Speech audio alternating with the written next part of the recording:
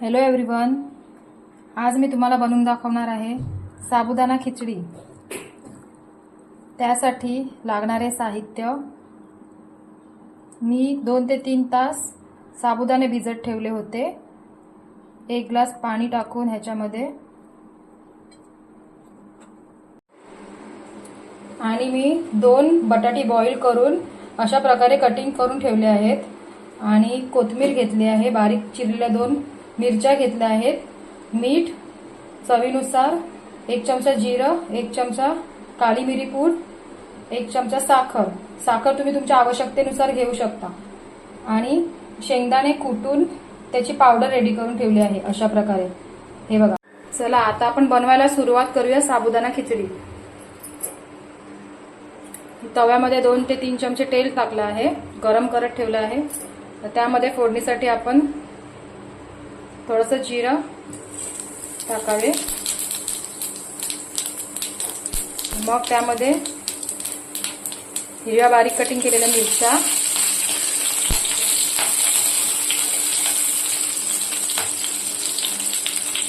आणि मग बटाटे टाकावे त्यामध्ये।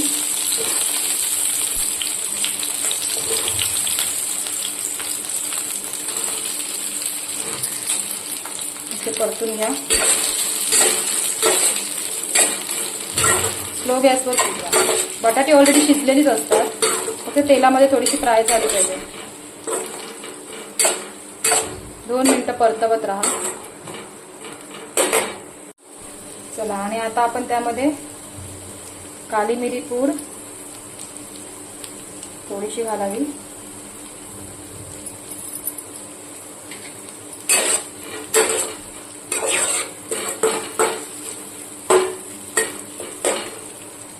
मग थोडेसे मीठ चवीपुरता,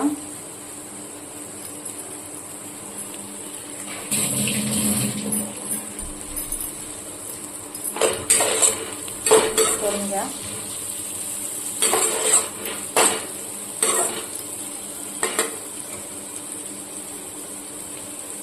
आणि थोडीशी साखर घालायची त्याच्यामध्ये।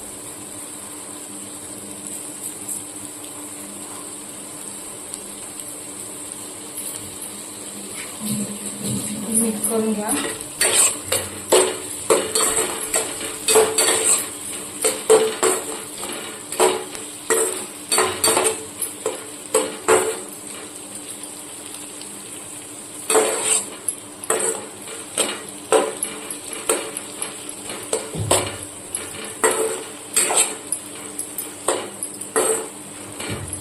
दोन मिनिटं परतवत राहा त्याला। आता 2 मिनिटांनंतर आपण त्यामध्ये शेंगदाण्याची कूट टाकावी।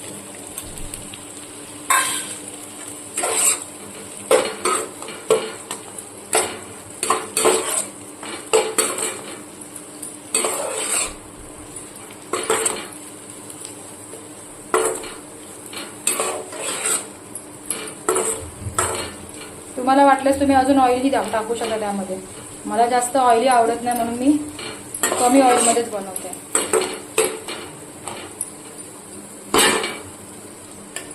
आता तुम्ही त्यामध्ये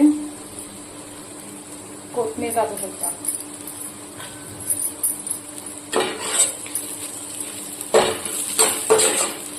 कोथिंबीर नंतर टाकली तरी पण चालते, मी आधीच टाकली आहे। मग आता त्यामध्ये साबुदाणे टाकूया।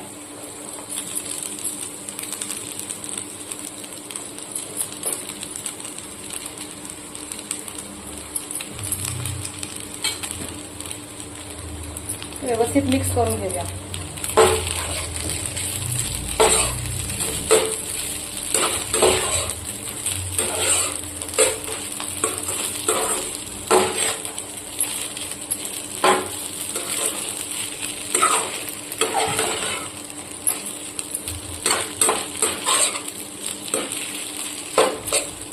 चला, आता साबुदाणे यामध्ये मिक्स करून झाले आहेत।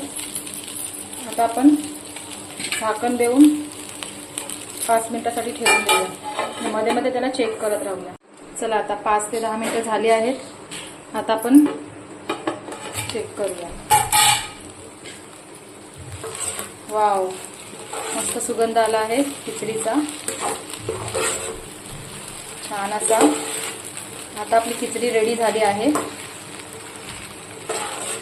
साबुदाणे पण मस्त सॉफ्ट सॉफ्ट शिजलेले आहेत त्याच्यामध्ये. चला आता गॅस बंद करून घ्या.